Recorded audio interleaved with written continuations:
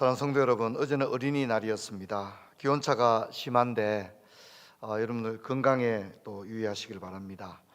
또 이 봄철에는 또 알러지 있고 이런 분들도 또 생활이 많이 어려움이 있는 걸로 알고 있습니다. 여러분, 건강이 그 어느 때보다 중요하게 여겨지는 시대인데요. 여러분 모두가 건강하셔서 일상생활과 신앙생활에 어려움이 없기를 바랍니다. 올해는 아카시아가 조금 일찍 핀 것 같습니다. 궁산에도 아카시아가 조금 있는데 올해는 아주 향이 아주 좋습니다. 교회에 와서 또 새벽기도 때나 이렇게 보면 아주 그 아카시아 향이 진하게 우러나는 걸 보게 됩니다. 이 아카시아를 성경에서는 조각목이라고 하는데, 물론 성경의 배경이 되는 곳에서의 어떤 조각목과 우리나라에서 자라는 이 아카시아는 똑같은 종은 아닌 걸로 알고 있습니다. 그러나 이제 우리나라에 자라는 이 아카시아를 보면 실제로 이 목재로 사용하기는 좀 부적절하지 않습니까? 그래서 조각목은 그냥 목재로는 사용하는데 한계가 있습니다. 사실 어디에도 쓸모가 없는, 그저 땔감밖에 될 수 없는 나무이죠. 그런데 이 나무가 하나님의 해막, 성막을 만드는 주요한 건축 자재로 사용되었다고 하는 것은 굉장히 경이로운 일이 아닐 수 없습니다. 그런데 그냥은 사용이 안 되는 겁니다. 그냥은 사용이 되지 않고 금이나 납으로 이렇게 덮어서 사용이 되어집니다. 여러분, 우리도 마찬가지입니다. 우리도 실상은 이 아무 쓸모없는, 땔감도 시원찮은 그런 조각목 같은 존재들 아닙니까? 그래서 우리도 그냥은 사용될 수 없고, 하나님께서 우리의 연약한 모습은 감추시고 은혜로 덮으실 때만이 우리가 비로소 하나님의 손에 쓰임 받는 줄로 믿습니다. 제가 코로나 때 시편을 가지고 잠시 설교를 했는데, 시편 119편을 당분간 수요 예배 때 좀 말씀을 전하려고 합니다. 좀 제가 부끄러운 얘기는, 우리 교회 수요 예배의 그 예배 회중 수가 우리 교회 전체 예배 회중 수에 비해서 좀 이렇게 좀 불균형적이고 비정상적일 정도로 수요 예배 회집 수가 공적인 예배라고 하기에는 너무 부족함이 많은 것 같습니다. 제 마음 같아서는 좀 더 많이 올라오셔서 이렇게 함께 3일반 예배를 드리고, 또 3일 밤 이 수요 예배만의 어떤 느낌이 있지 않습니까? 그죠?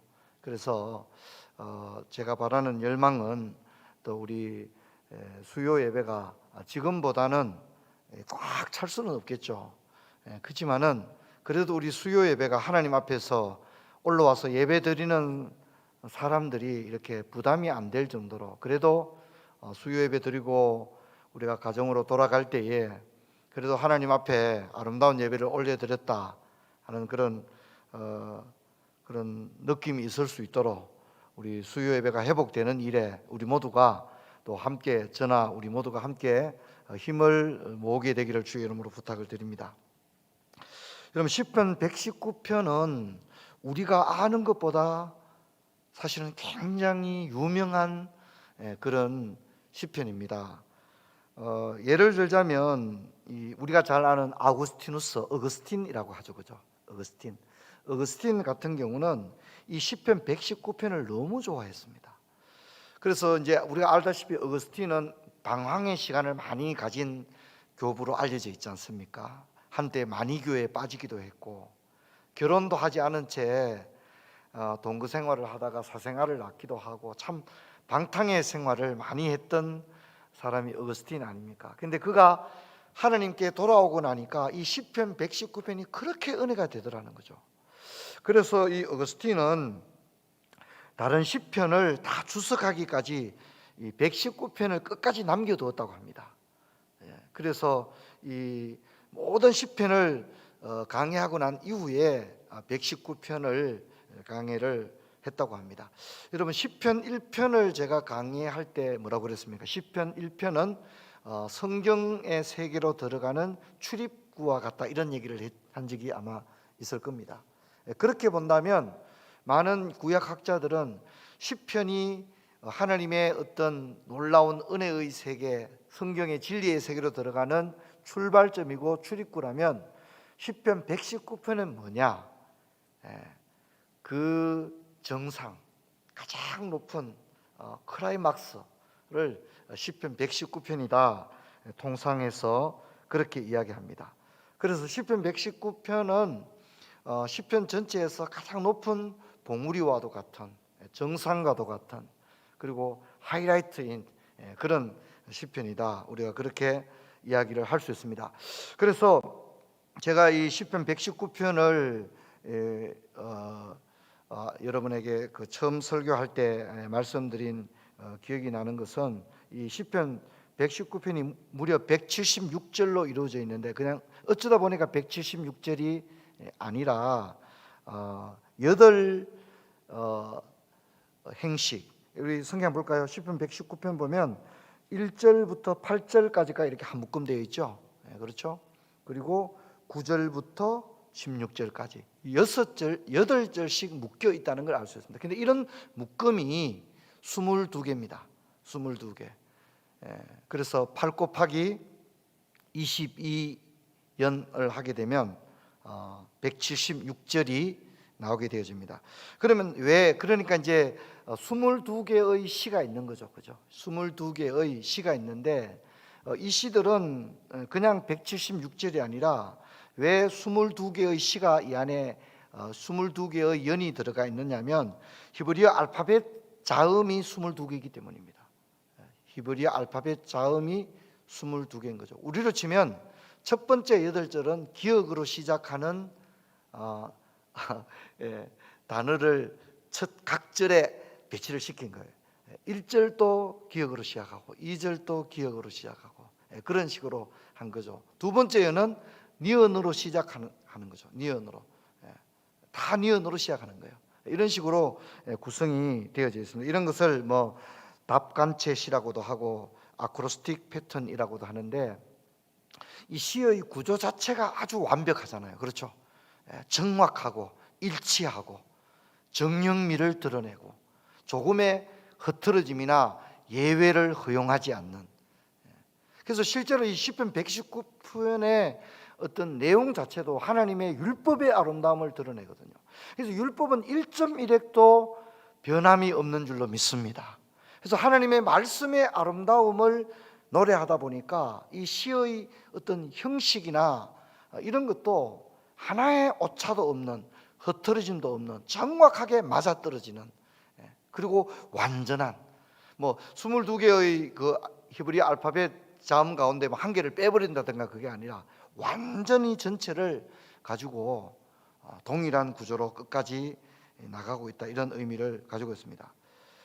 그래서 이 시편 119편은 왜 이런 식으로 만들었느냐, 여기에 대해서 장 깔뱅 같은 경우에는 시편 119편 설교를 처음부터 끝까지 다 했습니다. 그것이 남아 있습니다. 근데 이제 그는 이것을 뭐라 하냐면 알파벳 시편이다, 이런 얘기를 합니다. 알파벳.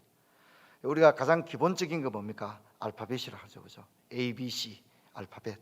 그래서 이 시편은 알파벳 시편이다, 이제 그렇게 불리워집니다. 왜 알파벳 C로 만들었느냐? 이게 가장 기본이기 때문입니다. 이렇게 본다면 사실 시편 119편을 모르는 것은 굉장히 부끄러운 일이 되는 거죠. 그리고 우리가 소위 이렇게 오랜 동안 신앙생활을 했고 성경을 읽었다면 시편 119편의 아름다움에 사실 매료되어야 되는 거예요. 시편 119편의 아름다움에 매료되어야 되고, 그래서 뭐 사실 다른 시편들도 다 아름답죠. 그러나 우리가 성경을 읽다가 시편 119편을 만나면 뭐랄까요, 좀 남다른 어떤 시편 119편을 읽을 순서가 왔을 때 남다른 그런 느낌을 가져야 되지 않느냐, 이렇게 생각합니다. 유아 교육에서도 소위 도레미송이라고 해서 가장 기본적인 것을 노래 방식으로 해서 쉽게 익히고 또 잘 잊어버리지 않도록 하는 그런 교육 방식을 가지고 있지 않습니까?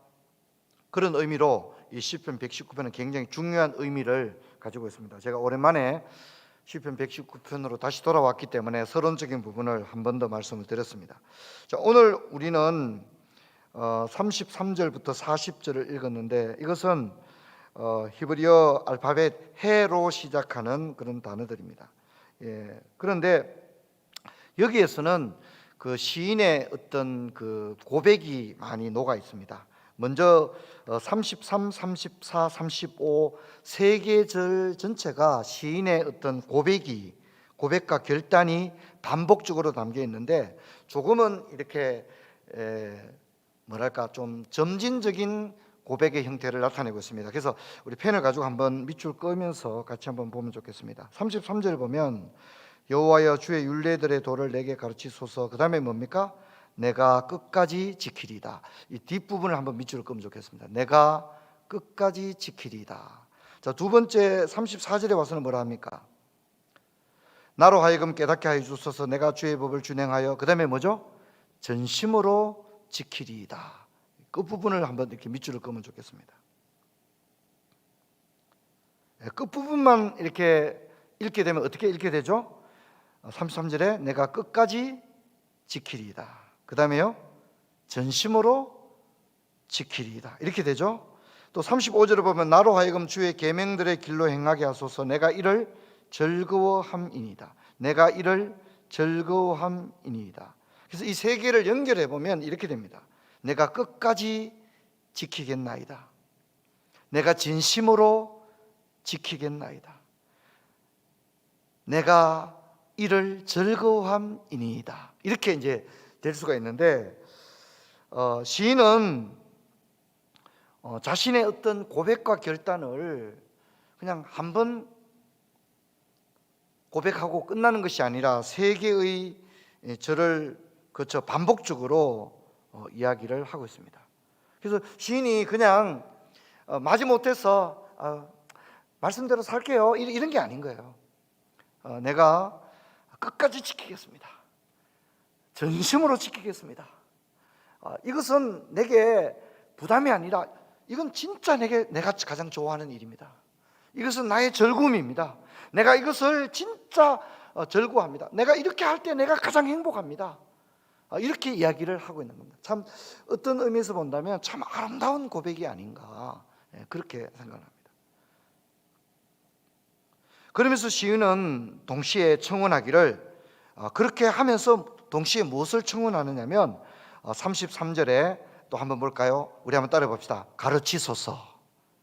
내게 가르치소서. 그렇게 얘기합니다. 우리가 지금 다 따로따로 떼서 지금 보는 거예요. 그렇죠? 그 다음에 34절에는 뭐라고 합니까? 따라 합시다. 깨닫게 하여 주소서. 깨닫게 하여 주소서. 그렇게 합니다. 33절에 가르치소서라고 하더니 34절에 와서는 뭡니까?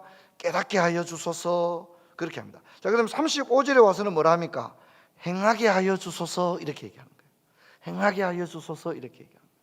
그러니까 앞에 나오는 부분은 요구하는 거예요. 하나님 가르쳐 주세요. 하나님 말씀 다 이해하게 해주세요. 그 다음에 또 뭐죠? 하나님 그 말씀대로 내가 살게 해주세요. 이렇게 하는 거예요. 그런데 이제 그 각 절의 뒤쪽에는 뭡니까? 자신의 결단을 나타내는 거예요. 내가 끝까지 지키리다. 내가 전심으로 지키리다. 이것은 나의 즐거움입니다. 이렇게 하는 것이 이렇게 함께 묶여 있는 굉장히 하나님에게 올리는 청원과 시인의 결단이 함께 아주 잘 녹아 있다고 생각합니다. 여러분 시편 119편 1절을 보면요, 여기에 어떤 그 표제어가 나와 있지 않습니다. 쉽게 말하면 다른 시편들을 보면 뭐 누구의 시 이런 게 있잖아요, 그죠? 아삽의 시, 고라자손의 시, 뭐 다윗의 시 이런 게 있지 않습니까? 근데 시편 119편은 표제가 없기 때문에 뭐 이게 누구의 시인지를 알 수는 없어요. 그러나 대개 종교개혁 당시에 이 종교개혁자들이 대부분 시편을 강의를 했습니다. 종교개혁자들이 시편을 강의했어요. 근데 그 이유가 있습니다. 마틴 루터도 시편을 강의했고요.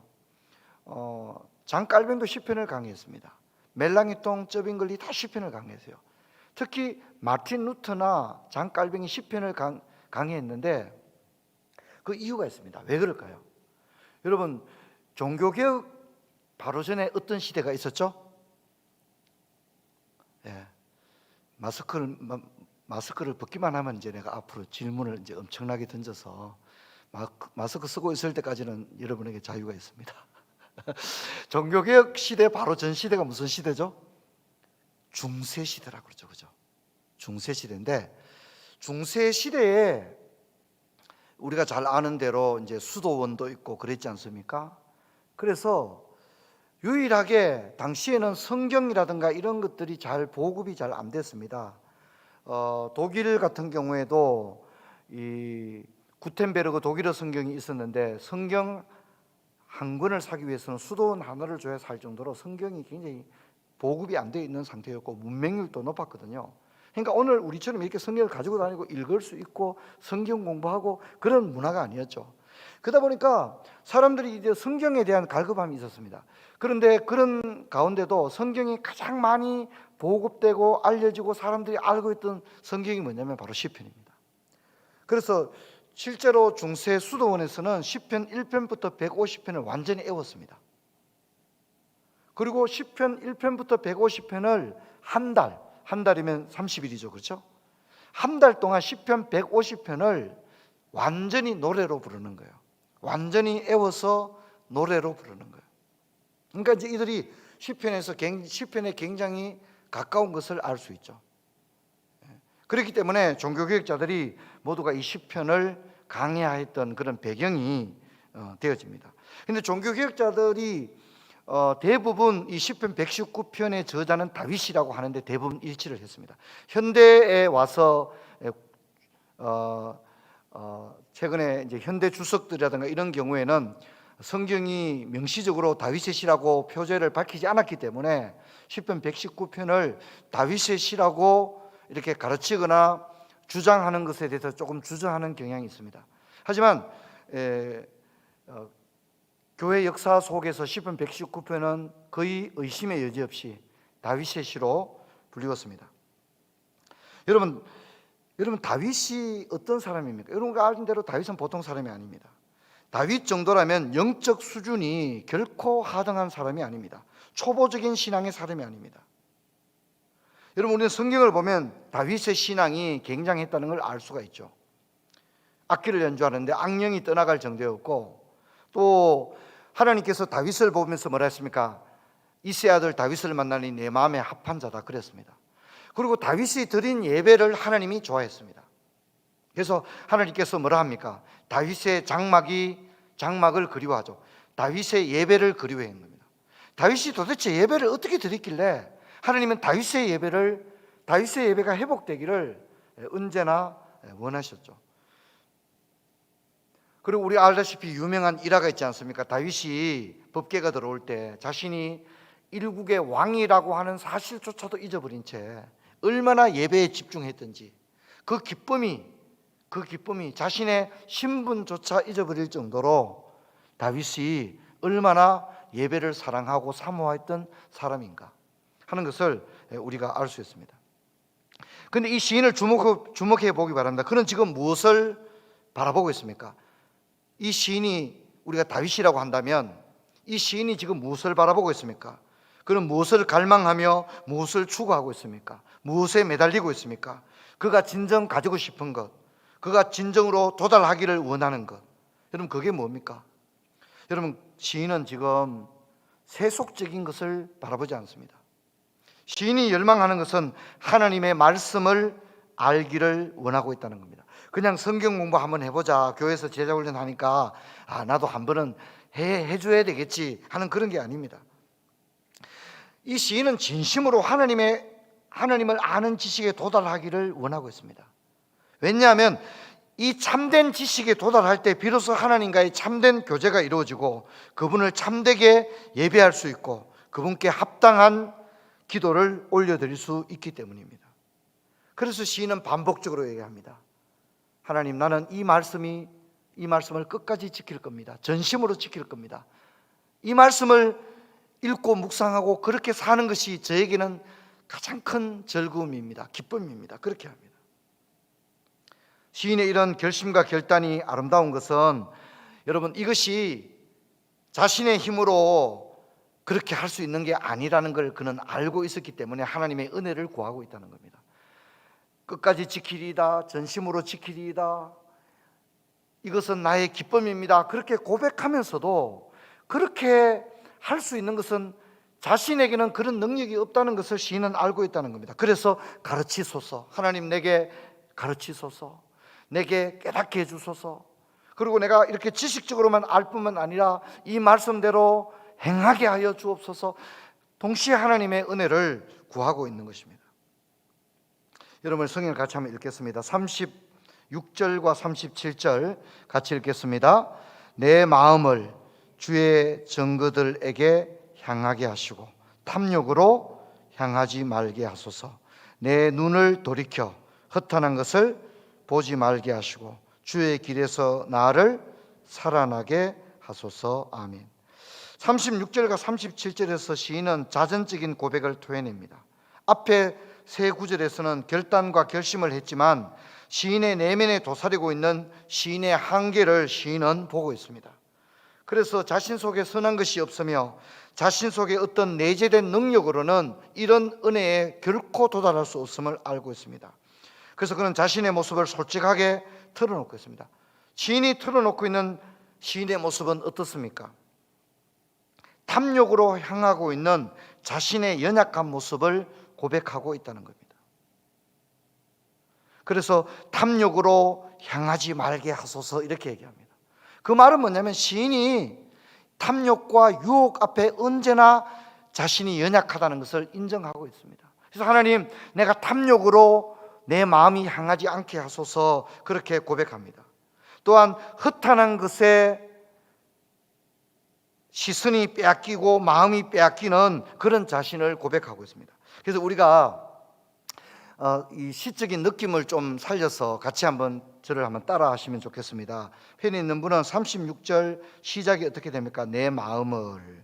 37절의 시작은 뭐죠? 내 눈을. 이렇게 되고 있다는 거죠. 우리 한번 따라 봅시다. 내 마음이, 내 눈을, 내 마음을, 내 눈을 이렇게 얘기하고 있다는 겁니다. 내 마음을 주님을 향하게 하시고 탐욕을 향하지 않게 하시고 내 눈을 돌이켜 허탄한 것을 보지 말게 하시고 그렇게 이야기하고 있다는 겁니다. 이것은 시인의 어떤 모습을 반영하고 있습니다. 시인의 마음이 자꾸 세상적인 것을 향하여 가더라는 겁니다. 그래서 하나님, 내 마음이 자꾸만 세상적인 것을 탐욕을 향해 가는데 또 내 눈이 자꾸 세상의 헛된 것에 시선을 빼앗기는 거예요. 먹음직도 하고 보암직도 하고 지혜롭게 할 만큼 탐스럽기도 한 그런 이생의 자랑과 안목의 정욕과 육체의 자랑을 향하여 내 마음이 향하고 있는 것을 시인은 고백하고 있는 것입니다. 그래서 시인은 내 마음이, 내 눈이, 우리 한 번만 더 따라해 봅시다. 내 마음을, 내 눈을. 저는 여기서 굉장한 어떤 그 시인의 뭐랄까 진실한 마음이 시의 표현을 통해서 느껴지는 것을 알 수 있습니다. 지금 시인은요, 자신의 전부를 다 주님께 올려드리고 싶은 거예요. 마음도 주님께 다 올려드리고 싶고 자신의 눈도 오직 주님만 이렇게 바라보기를 원하는 거예요. 그런데 현실은 그렇지 않다는 거예요. 마음이 자꾸 허탄한데 마음이 자꾸 그쪽을 향하고 눈은 어떻습니까? 허탄한 쪽으로 자꾸만 시선이 빼앗기는 거예요. 그래서 내 마음을, 내 눈을 그렇게 이야기합니다. 여러분, 우리도 이 시인처럼 기도할 때 이렇게 기도하게 되기를 주의 이름으로 축원합니다. 하나님, 내 마음을, 그리고 내 눈을, 그리고 내 발걸음을, 나의 젊음을, 내 인생을, 나의 열정을 헛된 것을 향하지 않게 하시고 허탄한 것에 사용하지 않게 하시고 오직 나의 모든 것을 주님만을 위해 드리기 원합니다. 시인의 고백이 지금 그렇다는 겁니다. 사랑하는 성도 여러분, 참된 신앙은 하나님을 아는 지식과 자신을 아는 지식에서 출발합니다. 그래서 호세아는 뭐라고 고백하냐면 내 백성이 지식이 없으므로 망하는도다 그렇게 이야기를 했습니다. 근데 여러분, 우리가 머리가 나쁜 것이 아니라 우리가 머리가 나빠서 하나님에 대해서 잘 이해가 안 되고 있는 게 아닙니다. 여러분, 우리는 우리에게 결핍되어 있는 것은 하나님을 알고자 하는 열망이 우리들에게 부족하다는 것입니다. 그런 열망이 없다는 것은 그분을 추구하거나 그분을 사모하지 않는 것을 의미합니다. 이런 데서 좋은 영적인 모습이 결코 나올 수 없습니다. 또한 우리 자신에 대해서조차 우리는 바른 지식을 갖추고 있지 않습니다. 대개의 경우 우리는 자신에 대해서 너그럽습니다. 그리고 자신이 지은 죄나 자신의 허물이나 자신의 잘못에 대해서 우리는 거의 본능에 가까울 정도로 이것을 정당화하려고 노력합니다. 뭐 어때서? 다 그런 걸 이렇게 아무렇지도 않게 자신을 합리화하는 거고, 자신을 예외라고 생각합니다. 나는 그런 사람이 아니야. 그렇게 예외로 하는 것입니다. 하지만 시인은 하나님을 알고 자신을 알기에 하나님 앞에 이런 고백을 올려드립니다. 시인이 진짜 자신의 부족을 알았기에 내 마음을, 내 눈을 주님을 향하게 해달라고 그렇게 고백하는 겁니다. 저는 특별히 여러분 편 있는 분은 오늘 설교 제목이기도 합니다만 37절에 돌이켜라는 단어에 여러분 밑줄 긋기 바랍니다. 내 눈을 돌이켜라는 고백을 주의해서 봅시다. 시인은 유혹 앞에서 눈을 돌이켜 헛하는 것을 보지 말게 하시고라고 기도하고 있습니다. 이 돌이켜라는 것은 회개를 위한 구체적인 행동입니다. 돌이켜가 들어가지 않으면 회개 안 한 겁니다. 내가 예수를 믿고 교회에 와서 심지어 직분을 가지고 뭐 교회에서 할 거 다 해봤다고 합시다. 뭐 여전도 회장도 한 12번 했다고 합시다. 그런데 내가 주님을 만난 그날부터 한 번도 돌이키는 행동이 없었다면 여러분 우리는 주님과 상관없는 자라는 것을 잊지 말아야 합니다. 반드시 우리 인생의 여정에서 돌이키는 역사가 있어야 한다는 것입니다. 돌이키지 않았다면 우리는 그저 공간적으로 교회라는 장소에 있을 뿐이지 하나님과는 아무 상관이 없는 자라는 걸 잊지 말아야 됩니다. 여러분은 교회에 와서 그저 연조가 쌓이면서 직분도 맡고 대표 기도도 하고 뭐 할 거 다 할 수 있습니다. 교회라는 곳이 그렇게 사회와는 다른 곳이다 보니까 열심을 품고 섬기면, 교회는 형제를 가진 곳이다 보니까 뭐 무슨 시험 쳐서 찬양대원하고 그런 게 아니잖아요. 교회 웬만하면 다 그러면 너그럽게 하지 않습니까? 여러분, 그러나 내가 찬양대를 하고 여전도 회장을 하는 게 중요한 게 아닙니다. 여러분, 그보다 더 중요한 것은 우리가 돌이킴이 있어야 될 줄로 믿습니다. 돌이켜야 하는 것입니다. 내가 사랑했던 것으로부터 돌이켜야 합니다.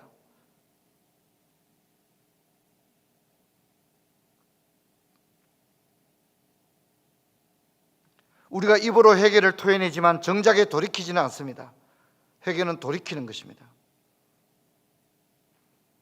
그래서 우리 회개라는 말에 우리 한문을 보면 돌이킬 회자잖아요. 그렇죠? 회개 한문을 보면 돌이킨다는 겁니다. 돌이키는 거. 예. 지금 내가 걸어오던 방향에서 완전히 방향을 바꾸는 겁니다.